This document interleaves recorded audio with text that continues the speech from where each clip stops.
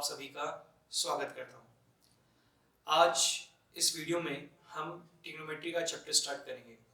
आपने ट्रिग्नोमेट्री के बारे में बहुत कुछ नॉलेज 10th में ही ले ली थी, लेकिन अब हम इस ट्रिग्नोमेट्री की नॉलेज को थोड़ा सा और इंक्रीज करेंगे और थोड़े वाइड लेवल पर देखेंगे। इस ट्रिग्नोमेट्री को स्टार्ट करने से पहले मैं आपसे कुछ बेसिक जानकारी लेना भी चाहूँगा और आपको कुछ बेसिक जानकारी देना भी चाहूँगा।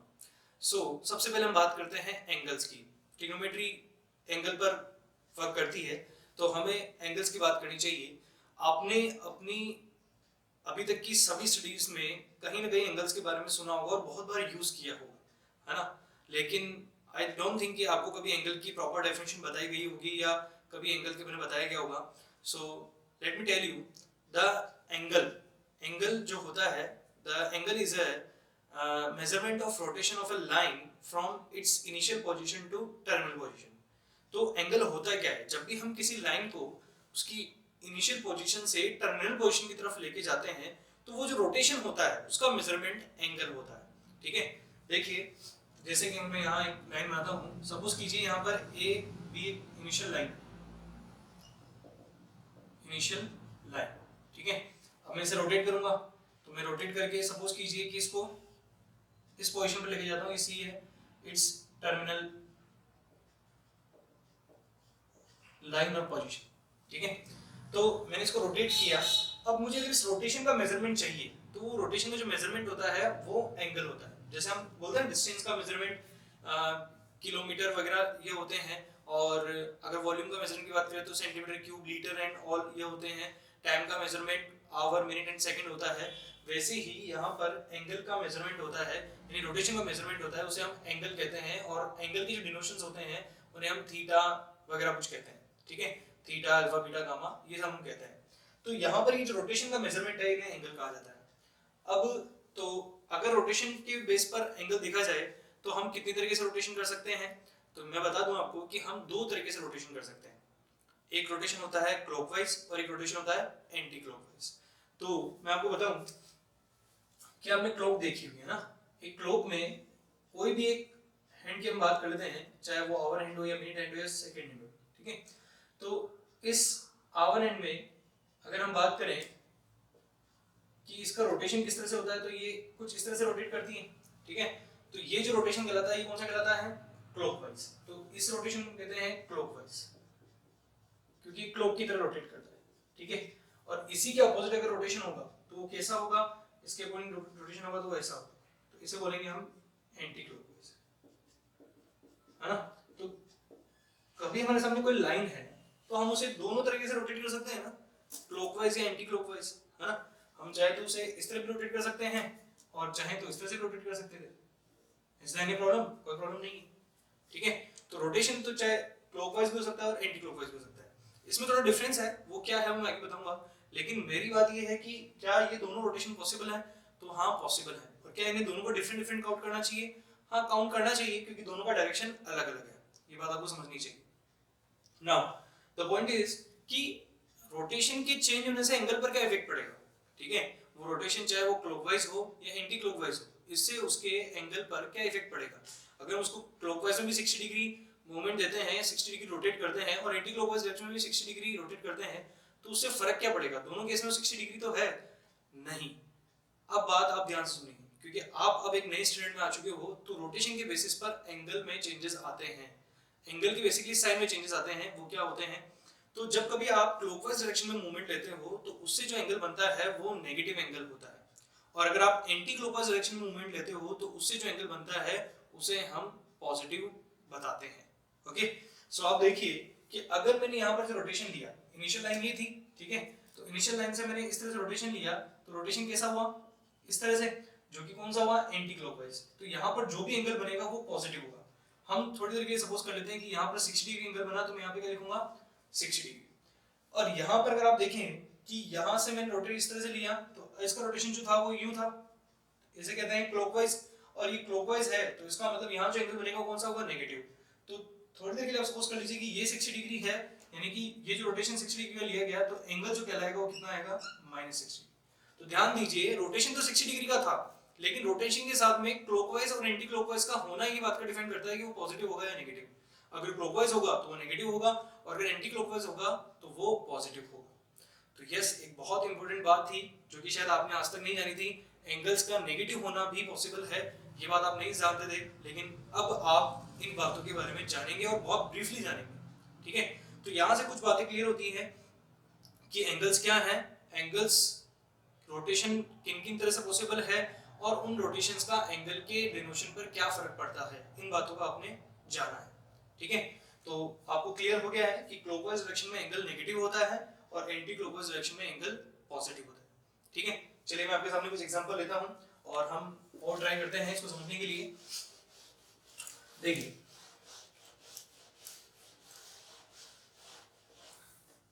मान लीजिए कि मेरे पास ये लाइन है, ठीक है, इट इज ए बी, है ना, मुझे इसको रोटेट करना है, ये मेरी इनिशियल लाइन है, इनिशियल पोजीशन है। ठीक है, मुझे रोटेट करना है। अब रोटेट करने के लिए हमें किसी एक पॉइंट को फिक्स करना होगा, ये बात सही है ना। या तो मैं ए को फिक्स करूंगा तो ये यहां से रोटेट होगा, या तो इस डायरेक्शन में या फिर इस डायरेक्शन में, और अगर बी को फिक्स करूंगा तो रोटेट इस डायरेक्शन में होगा या फिर इस डायरेक्शन में होगा। ये बात सही है ना। ठीक है, तो जिस पॉइंट को हम फिक्स करते हैं उसे हम वर्टेक्स बोलते हैं। एक लाइन एक वर्टेक्स के लूंगी, रोटेट करेगा, है ना। तो मान लेते हैं कि अभी मैंने ए को वर्टेक्स मान लिया, मतलब ये फिक्स है यहाँ पे, है ना। तो रोटेट कैसे होगा, या तो इस डायरेक्शन में होगा या फिर इस डायरेक्शन में होगा। ठीक है, तो इस डायरेक्शन में जो एंगल बनेंगे वो सभी एंगल्स क्या होंगे, पॉजिटिव, और इस डायरेक्शन में जो एंगल बनेंगे वो सभी क्या होंगे, नेगेटिव, क्योंकि ये जो डायरेक्शन है वो कौन सी है, क्लॉकवाइज, और जबकि ये डायरेक्शन कौन सी है, एंटी क्लॉकवाइज। तो अब यहाँ अगर आप समझें कि मुझे यहाँ पर कितना एंगल बनाना है, सपोज कीजिए मुझे यहाँ पर 45 डिग्री बनाना है, ठीक है, पॉजिटिव, कितना, 45 डिग्री। अगर इसके आगे मैं कोई भी साइन नहीं लगाता हूँ तो इसका मतलब क्या कंसीडर किया जाएगा, पॉजिटिव। तो 45 डिग्री एंगल बनाना है तो मुझे देखना पड़ेगा कि इसका एंटी क्लॉकवाइज रोटेशन किस तरफ होगा। तो मैंने आपको बताया अभी दो तरफ से रोटेशन पॉसिबल है, एक इस डायरेक्शन में और एक इस डायरेक्शन में। ये कहलाएगा क्लॉकवाइज और ये कहलाएगा एंटी क्लॉकवाइज। तो मुझे इस तरह से मूवमेंट लेना पड़ेगा, और इस तरह से मैं कितना एंगल मूवमेंट लूंगा, 45 डिग्री। तो 45 डिग्री एंगल मूवमेंट लेने के बाद में मैं एक टर्मिनल पोजीशन बना लूंगा,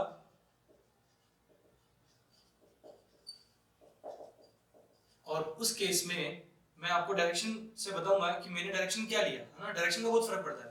अगर मैंने डायरेक्शन नहीं बनाया, है ना, चलो फिलहाल तो मैंने यहाँ पे इनिशियल और टर्मिनल लिखा हुआ है, लेकिन अगर मैंने डायरेक्शन नहीं बनाया होता और इनिशियल टर्मिनल नहीं बनाया होता तो आपको पता चलता है कि ये क्लॉकवाइज डायरेक्शन था या anti clockwise.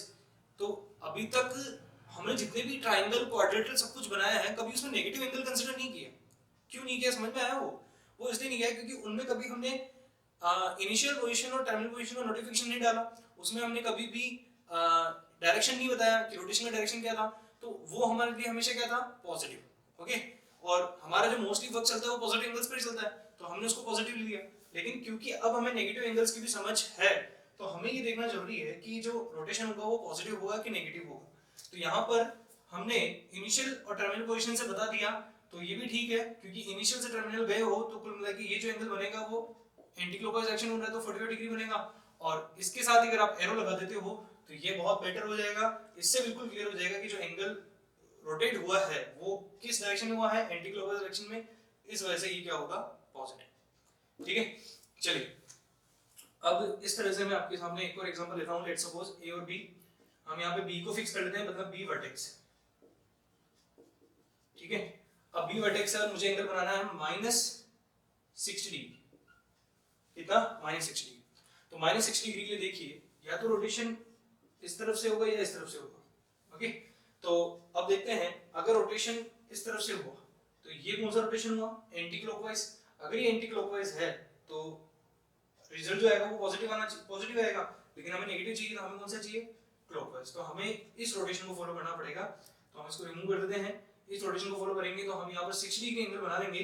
First of all 60 degree angle बनाने के बाद में हम एरो से डिनोट कर देंगे कि इसका जो रोटेशन था वो कौन सा था, clockwise, and that's why it is what, -60 degree. तो इस तरह से आप रोटेशन के लिए इस साइन का यूज करके बता सकते हैं कि वो क्लॉकवाइज है या एंटी क्लॉकवाइज है। और आपको ये याद रखना चाहिए कि क्लॉकवाइज डायरेक्शन में बनने वाले सभी एंगल्स नेगेटिव होते हैं, जबकि एंटी क्लॉकवाइज डायरेक्शन में बनने वाले सभी एंगल्स पॉजिटिव होते हैं। ओके, चलिए मैं और एग्जांपल आपके सामने लेता हूं। मैं आपसे क्वेश्चन पूछता हूं कि मैं कुछ एंगल्स लिखता हूं आपके सामने और हम जानेंगे कि वो कौन से क्वाड्रेंट में एग्जिस्ट करते हैं, है ना। क्वाड्रेंट के बारे में आपको पता होगा कि एक क्वाड्रेंट प्लेन पर दो लाइंस, नंबर लाइंस होती हैं, ठीक है। एक हॉरिजॉन्टल होती है और एक वर्टिकल होती है, दोनों 90 डिग्री एंगल पर होती है, ठीक है। तो ये पूरे प्लेन को कितने पार्ट में डिवाइड करती है? 4 पार्ट्स में, जिनके क्वाड्रेंट्स होते हैं कुछ इस तरह से, फर्स्ट, सेकंड, थर्ड और फोर्थ। ये सभी एंगल्स कितने होते हैं? 90 90, ठीक है, आपको पता है। तो ना अब मैं यहाँ पे कुछ एंगल बनाऊंगा और आपसे पूछूंगा कि वो कौन से क्वाड्रेंट में एग्जिस्ट करते हैं। इसकी नॉलेज हमें होनी चाहिए, है ना, क्योंकि ट्रिग्नोमेट्री में यूज आएगा। ट्रिग्नोमेट्री जब हम सॉल्व करेंगे तो ये यूज आएगा कि वो एंगल कौन से क्वाड्रेंट में एग्जिस्ट करता है, ये बहुत यूजफुल है। चलिए तो मैं बात करता हूँ। सपोज कीजिए मैंने कहा कि -263 डिग्री, ठीक है, और लिखा मैंने 572 डिग्री, और लिखा मैंने -1167 डिग्री और 798 डिग्री। इन सब की बात करते हैं कि ये कौन से क्वाड्रेंट में एग्जिस्ट करते हैं, है ना। तो यहाँ पर आप देखिए कि एंगल्स के आगे पॉजिटिव नेगेटिव साइन है, तो हमें एंटी क्लॉकवाइज और क्लॉकवाइज डायरेक्शन का बहुत अच्छे से ध्यान रखना पड़ेगा, ठीक है। इन सभी केसेस के लिए हमारी जो इनिशियल लाइन होती है ना, वो ये वाली होती है, this will be initial line, ठीक है, this will be initial line, हमेशा यही होगी। तो देखते हैं -263 डिग्री, है ना। -263 डिग्री का मतलब है कि हमें 260 डिग्री 3 डिग्री किस डायरेक्शन चलना होगा? क्लॉकवाइज डायरेक्शन में। तो लेट्स सी, यहाँ से अगर मैं इस पॉइंट के वर्टेक्स मानते हुए अगर रोटेट करता हूँ तो ये जो डायरेक्शन है वही क्लॉकवाइज है, और अगर यही क्लॉकवाइज है तो मुझे इसी डायरेक्शन में मूव करना है, क्योंकि मेरे को एंगल कौन सा चाहिए? नेगेटिव। तो मैं यहाँ से मूवमेंट लेता हूँ, तो आप देखिए यहाँ से मूवमेंट लिया, ये कितना हुआ? -90, देख रहे हैं ना, क्योंकि एंगल 90 डिग्री है लेकिन डायरेक्शन क्लॉकवाइज है, -90, दिस विल बी -180, ओके।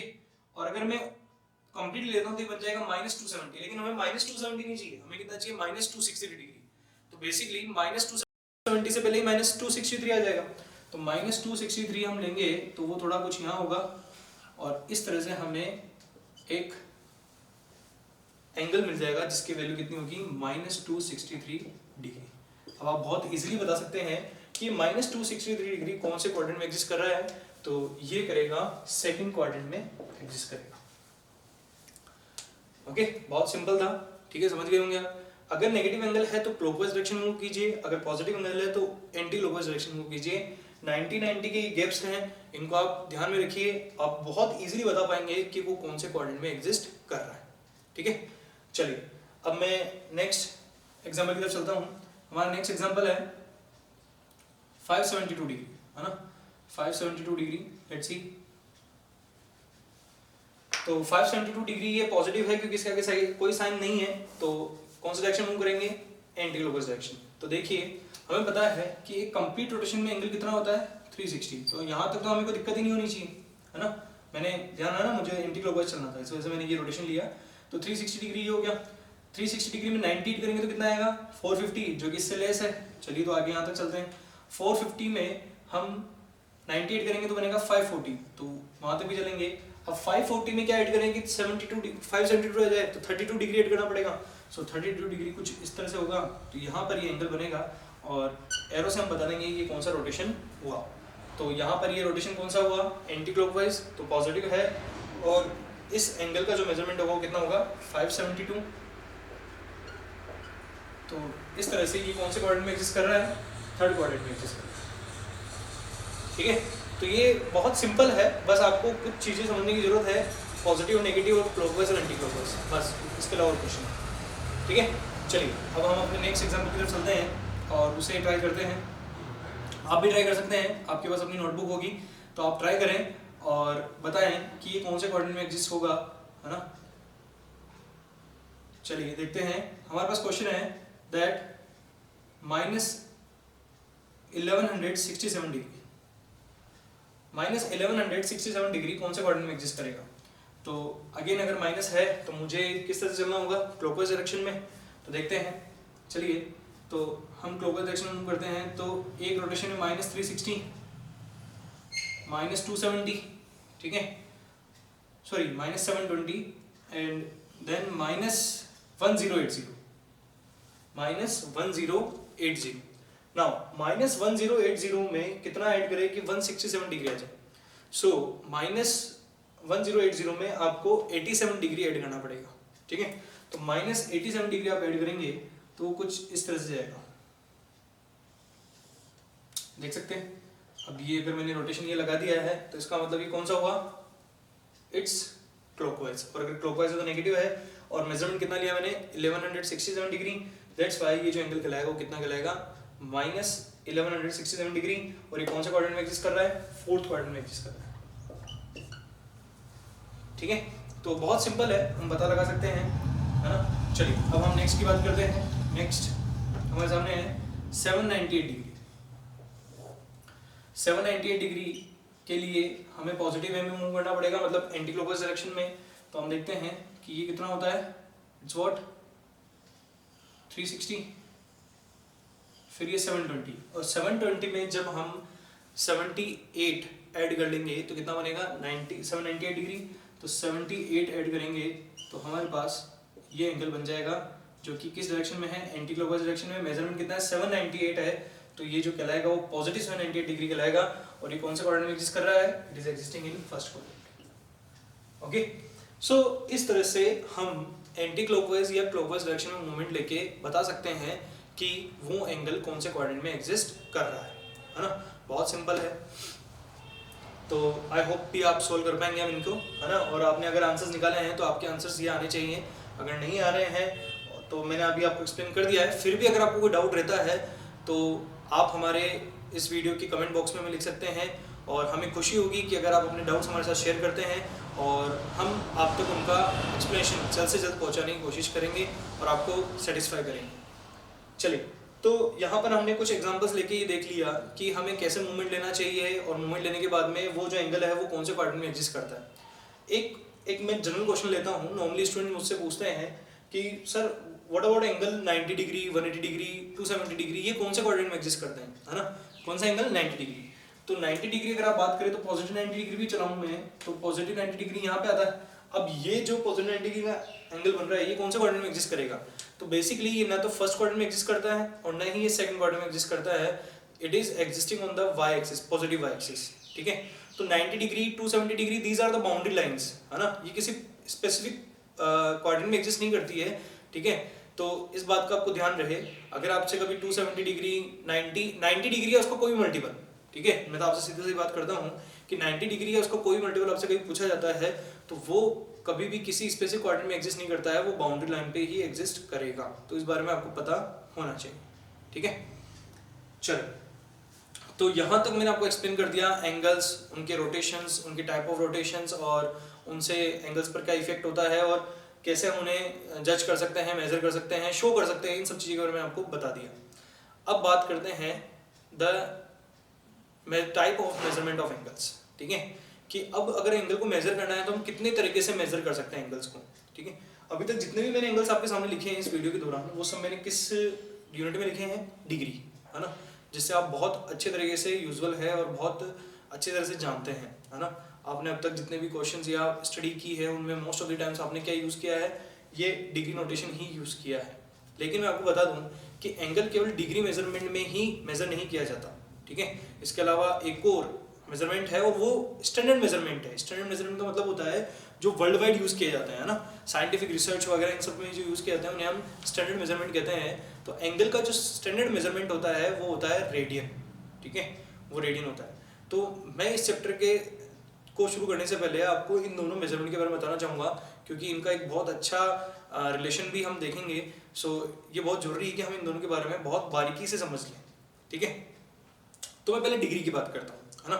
इतने टाइम आपने डिग्री यूज़ किया होगा लेकिन आपने कितनी बार उसकी डेफिनेशन को सोचने की कोशिश की है। आप सोचिए आप कि कितनी बार आपने कोशिश की कि है ना डिग्री, एक डिग्री कितना होता है, what is the definition of 1 degree, है ना। कभी सोचा नहीं होगा क्योंकि कभी इतनी ज़रूरत नहीं पड़ी, है ना। लेकिन चलिए हम क्योंकि पढ़ रहे हैं तो थोड़ा सा और डीप स्टडी करते हैं और डिग्री की बात करते हैं।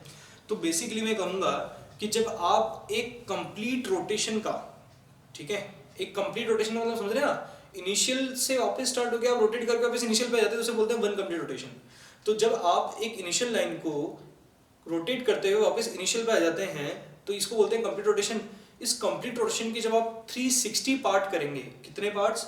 360 पार्ट्स करेंगे, तो हर एक पार्ट जो होगा वो कहलाएगा 1 डिग्री।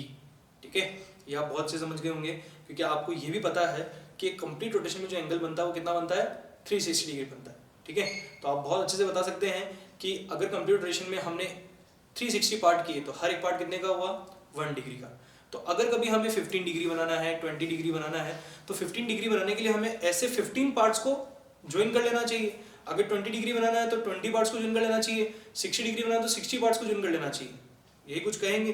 ठीक है, तो अगर आप इस तरह से ज्वाइन कर लेते हैं तो आप बहुत सारे डिग्री मेजरमेंट्स देख सकते हैं। अगर आप 360 ज़्यादा पार्ट ऐड करेंगे ना तो वापस वो ओवरलैप करना स्टार्ट करेगा या रिपीट करना स्टार्ट कर देगा, क्योंकि एक कंप्लीट रोटेशन में केवल 360 डिग्री आता है। ठीक है, उससे ऊपर जाने पर आपको रोटेशन वापस वही करना पड़ेगा। ठीक है, हालांकि आप देख सकते हैं ऐसा कुछ नहीं है कि 360 डिग्री तक ही मेजरमेंट होते हैं, उसके ऊपर भी होते हैं, लेकिन वो वापस रोटेट में आ जाते हैं, वापस रिपीट होने लग जाते हैं।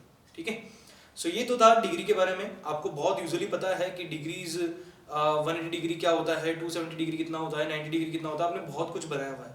ठीक है, सो मुझे ज़्यादा कुछ एक्सप्लेन करने की जरूरत नहीं है। फिर भी अगर आपको थोड़ा भी कोई डाउट है बेटा बेसिक्स में तो आप मुझसे पूछ सकते हैं। मैं बहुत खुश होऊंगा कि अगर आप मुझसे अपने डाउट्स को शेयर करते हैं। अब हम फोकस करते हैं रेडियन पर, है ना। रेडियन क्या चीज़ होती है उसके बारे में फोकस करते हैं। आपने शायद ही रेडियन के बारे में पढ़ा होगा कभी, तो मैं आपको बताता हूँ कि रेडियन मेजरमेंट क्या होता है। रेडियन मेजरमेंट के लिए मैं एक एग्जांपल से आपको समझाता हूँ। देखिए, एक एग्जांपल लेते हैं। सपोज कीजिए कि हमने एक सर्कल लिया। ठीक है, एक सर्कल लिया। इस सर्कल की रेडियस कितनी ले ली हमने? r ले ली। ठीक है, सर्कल का ये सेंटर है ना, ये ओ सेंटर इसका, और इसकी रेडियस कितनी है? r। ठीक है, अब जितनी रेडियस ना उतनी रेडियस उतनी ही लेंथ का मैंने यहाँ पे एक लाइन ले ली। सपोज कीजिए मैंने मान लिया कि यहाँ पे r ले लिया। ठीक है, और इस उतनी ही लेंथ को मैंने यहाँ पे r पे देख लिया। मतलब ये जो लेंथ हो जाएगी वो कितनी हो जाएगी? r। सपोज कीजिए मैंने इसको यहाँ से यहाँ मेजर कर लिया, मतलब इसके ऊपर रख दिया तो ये कुछ यहाँ आगे टच होगा। ठीक है, इसको यहाँ टच कर दिया तो यहाँ से यहाँ तक की लेंथ कितनी हो गई? That will be what? r। ठीक है, तो इस पॉइंट को हम नाम देते हैं a, इस पॉइंट को नाम देते हैं b, और यहाँ पर o को b से मिलाते हैं। ध्यान से देखा हमने, o सेंटर है, OA रेडियस है जिसकी लेंथ कितनी है? r। मैंने a से एक लाइन ड्रॉ करी जो कि r यूनिट की थी, जितनी रेडियस है उतनी ही थी, है ना। और उस लेंथ को मैंने r पर देख लिया तो वो r पर b पॉइंट पर कट करता है, और कट करता है तो इसका मतलब ये जो BA आर्क है इसकी लेंथ कितनी है? r। ठीक है, तो इस आर्क के जरिए BA, ये जो BA आर्क है इसके जरिए सेंटर पर जो एंगल बनेगा वो कितना बनेगा? 1 रेडियन। ठीक है, this is the डिनोशन of radian. आप यहाँ देख रहे हैं डिग्री का डिनोशन, आप जानते हैं कि डिग्री का डिनोशन क्या होता है। रेडियन का डिनोशन ये है, डिग्री का डिनोशन हम लिखते हैं आपको पता है। ठीक है, तो this is the डिनोशन of radian. तो मैंने आपको बहुत सिंपली आपको बताया कि एक्चुअली रेडियन क्या होता है। तो आप समझिए कि जब कभी हम किसी सर्कल के अंदर रेडियस के इक्वल लेंथ वाली आर्क से सेंटर पर एंगल सबटेंड करते हैं तो वो जो एंगल बनेगा वो कितना होगा? 1 रेडियन होगा।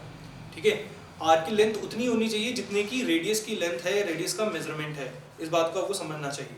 ठीक है, तो वो जो बनेगा वो कितना बनेगा? 1 रेडियन।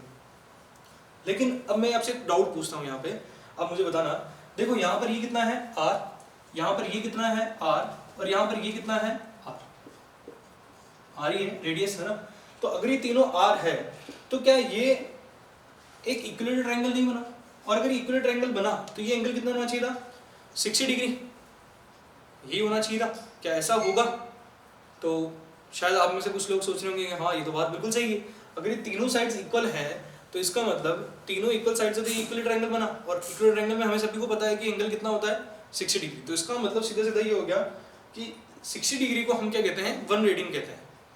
लेकिन नहीं स्टूडेंट्स, ऐसा नहीं। क्यों नहीं है? मैंने आपको थोड़ा सा कंफ्यूज किया यहाँ पे।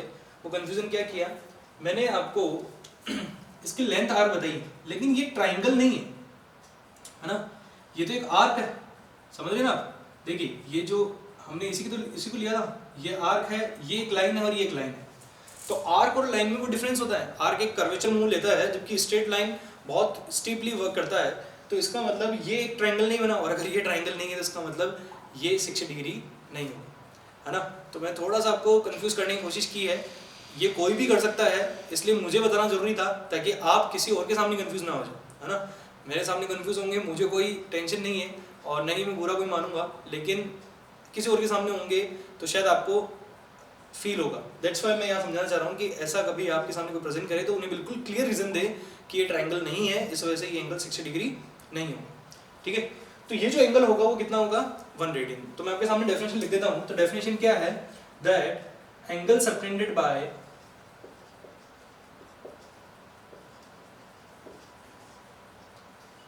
an arc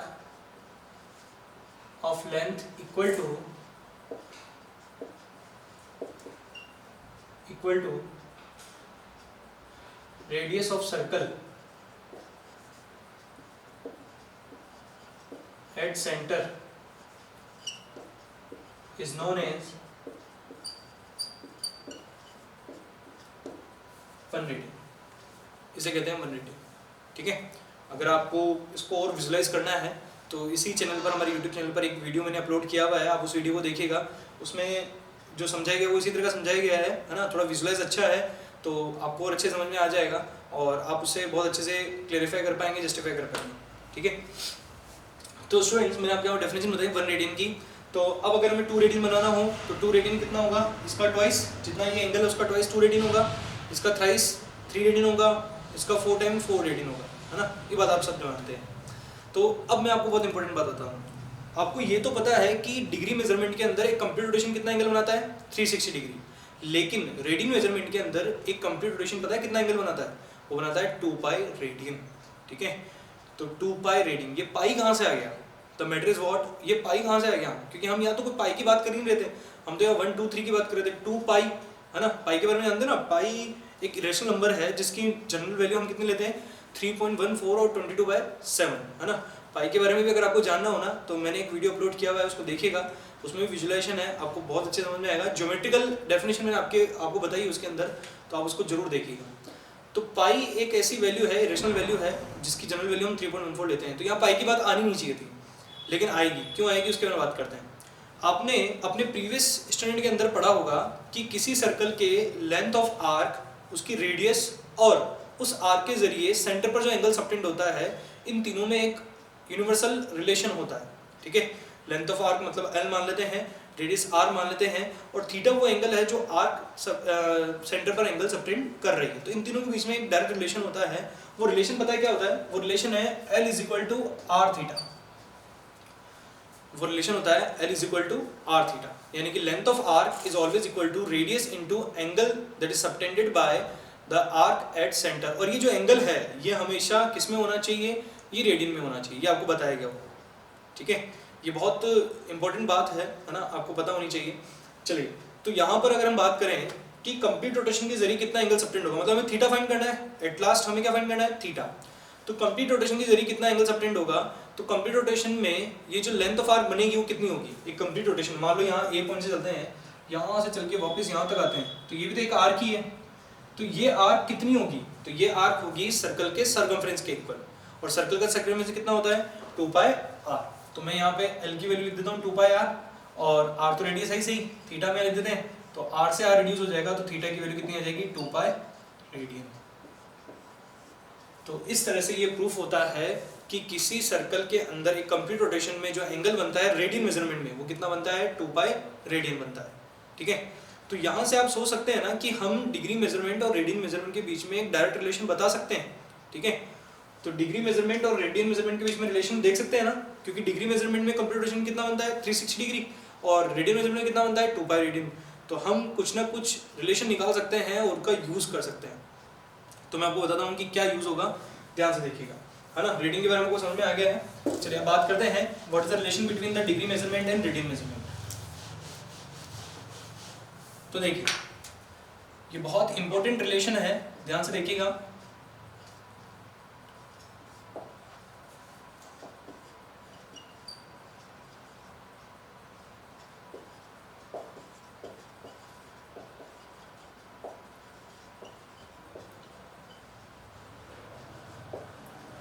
relation between degree and radian measurement.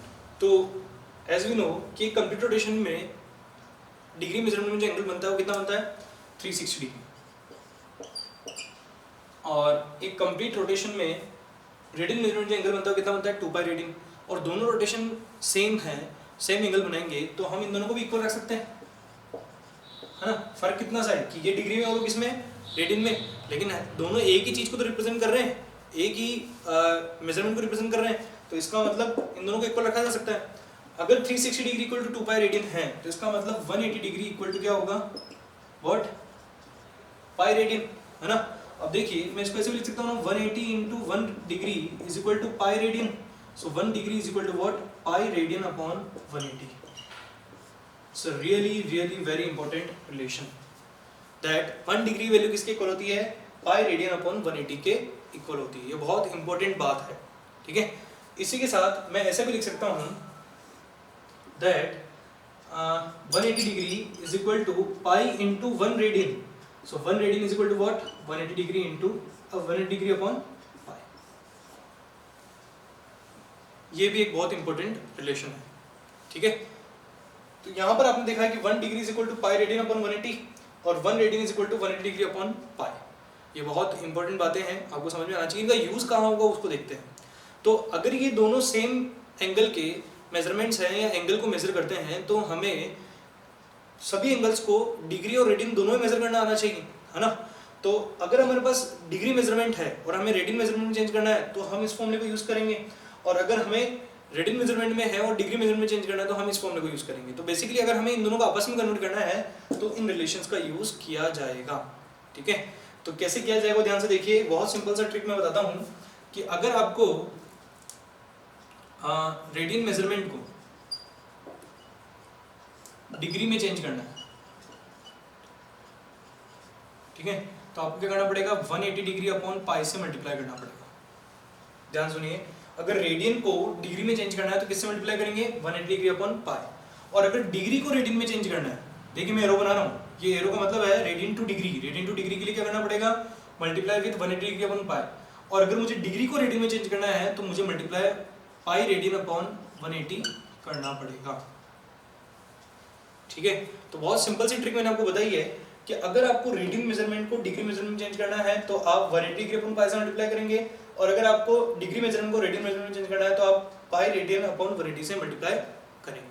चलिए कैसे करेंगे उसके बारे में आपको बताता हूँ। ये रिलेशन मैंने आपको बताया है ना। कुछ क्वेश्चंस लेते हैं, उनको हम डिग्री को रेडियन में और रेडियन को डिग्री में चेंज करके देखेंगे, ठीक है। चलिए तो सबसे पहले मैं डिग्री को रेडियन में चेंज करके दिखाता हूँ आपको, क्योंकि आप डिग्री से तो बहुत काफी कंफर्टेबल है ना। तो डिग्री टू रेडियन की बात करते हैं।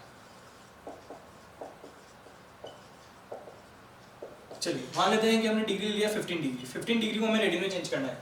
तो मैं 15 डिग्री को लिख सकता हूँ 15 इंटू 1 डिग्री, और 1 डिग्री की वैल्यू कितनी हुई, हमें पता है 1 डिग्री की वैल्यू कितनी होती है, पाई रेडियन अपॉन 180। तो 15 से कैंसिल आउट करेंगे तो कितने टाइम जाएगा, 1 and 2, so it will be what, pi upon 12 radian, ठीक है। अच्छा एक चीज और मैं बताना चाहूंगा कि अगर कभी किसी एंगल के मेजरमेंट पर कोई नोटिफिकेशन नहीं होता है ना, नोटेशन नहीं होता है डिग्री का या रेडियन का, तो वो हमेशा किस में काउंट होगा, रेडियन में काउंट होगा, है ना। तो अगर आप कभी आपको बोल दें कि एंगल इज पाई बाय 12, तो आपको ये सोचने की जरूरत नहीं है कि डिग्री में या रेडियन में, वो हमेशा किस में होगा, रेडियन में, क्योंकि मैंने क्या बोला कि रेडियन मेजरमेंट स्टैंडर्ड फॉर्म है। तो अगर आपको कभी एंगल बोल दे, कोई भी एक नंबर का एंगल बोल दे जिसके ऊपर कोई नोटेशन नहीं है डिग्री का या रेडियन का, तो आपको उसमें किसको किस में कन्वर्ट करना है या किस में सोचना है, that will be in the radian measurement, okay. तो यहाँ मैंने 15 डिग्री को कन्वर्ट किया तो कितना बना, पाई बाय 12 रेडियन। मैं इसको सिंपली ये भी लिख सकता हूँ, ठीक है। चलिए और बात करते हैं 70 डिग्री या -70 डिग्री की बात करूँ तो -70 degree means -70 into pi upon 180। So 0 से 0 cancel out, that is equal to -7 pi upon 80, ठीक है। अब आप इसके ऊपर रेडियन मेजरमेंट लगाते हैं या नहीं लगाते हैं, नोटेशन लगाते हैं नहीं लगाते हैं, कोई फर्क नहीं पड़ेगा, उससे रेडियन में ही काउंट हो, ठीक है। इसके अलावा माइनस सपोज कीजिए 516 degree, so equal to -516 into pi upon 180। So reduce करते हैं, सो 4 से रिड्यूस करते हैं तो 4 1 जा 4, देन 4 2 जा 8, देन 4 9 जा 36, देन 4 4 जा 16, 4 5 जा 20। नाउ 3 से रिड्यूस करते हैं, सो 3 4 जा 12, 3 3 जा 9 एंड 3 1 जा 3, 3 5 जा 15, so it is equal to -43 pi upon 50। ठीक है, तो डिग्री को अगर रेडियन में चेंज करना है तो मैंने आपको बताया था किससे मल्टीप्लाई करना चाहिए, पाई अपॉन 180 से मल्टीप्लाई करना चाहिए। तो आप देखिए मैंने हर केस में किससे मल्टीप्लाई किया है, पाई अपॉन 180 से मल्टीप्लाई। यही अगर मुझे रेडियन को डिग्री में चेंज करना हो तो मुझे किससे मल्टीप्लाई करना होगा, रेडियन को डिग्री में चेंज करने के लिए मुझे 180 डिग्री अपॉन पाई से मल्टीप्लाई करना होगा। लेट्स सी,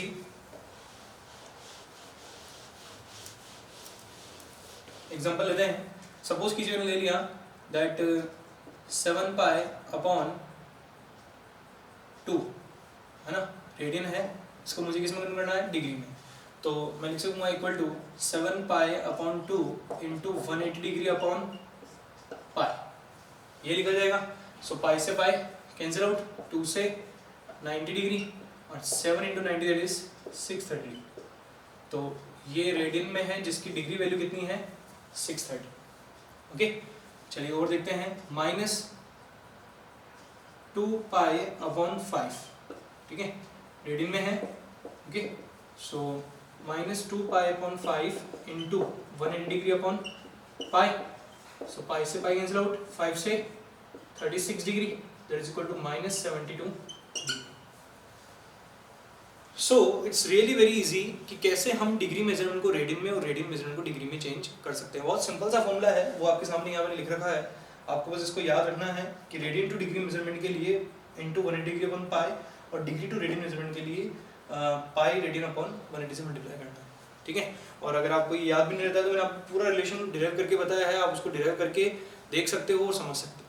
ठीक है ना, तो अब हमें आई थिंक आपको रेडियन में कोई प्रॉब्लम नहीं होगा, क्योंकि अब आप रेडियन के हर एक क्वेश्चन को डिग्री में चेंज करके सोल्व कर सकते हो। ठीक है, सो अगर आपको कभी दिक्कत हो तो आप डिग्री में चेंज कर लें और उसे फिर बाद में सोल्व करें, इससे आपको ईजी रहेगा।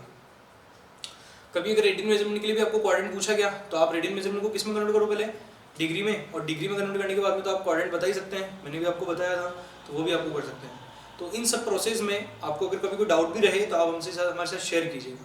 ओके, चलिए अब आगे बात करते हैं। अब मैं और आपसे थोड़ा कुछ बात करता हूँ डिग्री मेजरमेंट के बारे में। डिग्री मेजरमेंट में आपने अभी तक केवल डिग्री के बारे में पढ़ा है, लेकिन मैं आपको बता दूँ कि डिग्री के भी हम डिवाइड कर सकते हैं। ठीक है, उसके भी डिवीज़न होते हैं डिग्री के भी। तो क्या डिवीज़न होते हैं मैं आपको बता देता हूँ।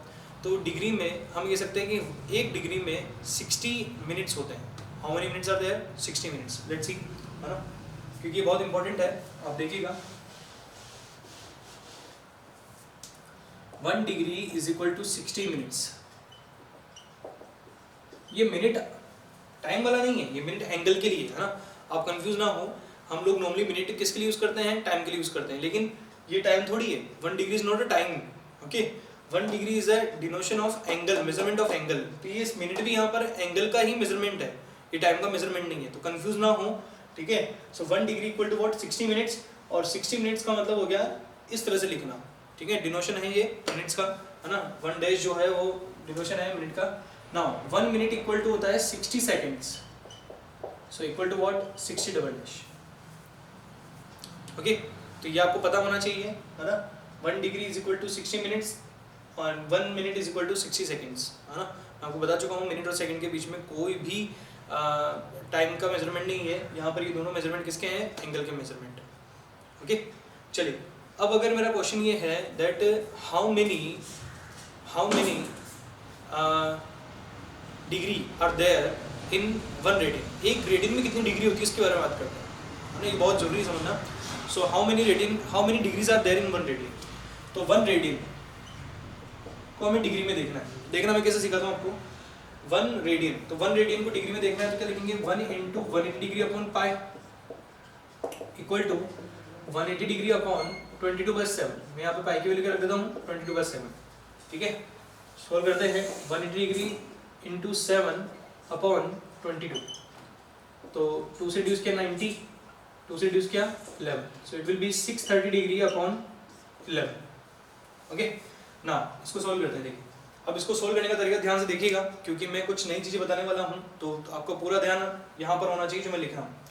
630 डिग्री अपॉन 11, इसको मैं क्या लिख सकता हूँ, मैं इसको लिख सकता हूँ 11 से डिवाइड करेंगे तो 5 टाइम्स 55, रिमेनिंग 8 80 डिग्री, 80 से करेंगे तो 7 77, ठीक है 77, देन रिमेनिंग कितना रहेगा 3, so I will write that it is equal to